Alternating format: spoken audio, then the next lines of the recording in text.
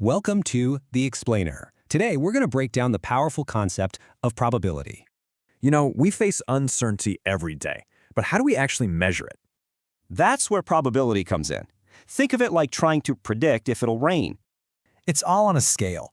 0 means impossible. 1 means it's a sure thing.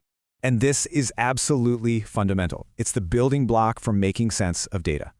To really get this, you should know there are 3 main flavors of probability.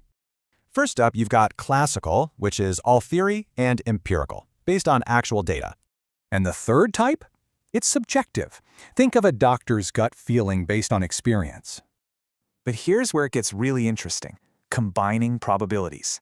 There are 2 simple rules. First, the addition rule. This is for calculating the odds of one thing or another happening. Like you're in a board game and you need to roll a 2 or a 5 to win. Then there's the multiplication rule. This is for when 2 things have to happen in a row. Okay, let's make this real. What are the chances of drawing a red card from a deck? Right. It's 26 out of 52, so a 50-50 shot. Simple enough. Okay, but what if you don't put it back? What are the odds the next card is red too?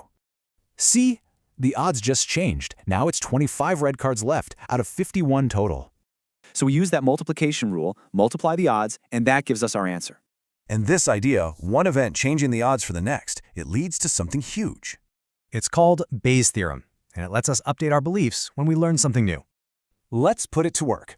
Imagine you test positive for a rare disease. Are you definitely sick?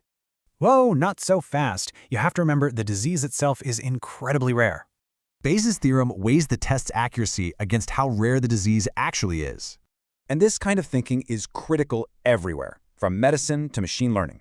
So how could understanding the odds change your next big decision?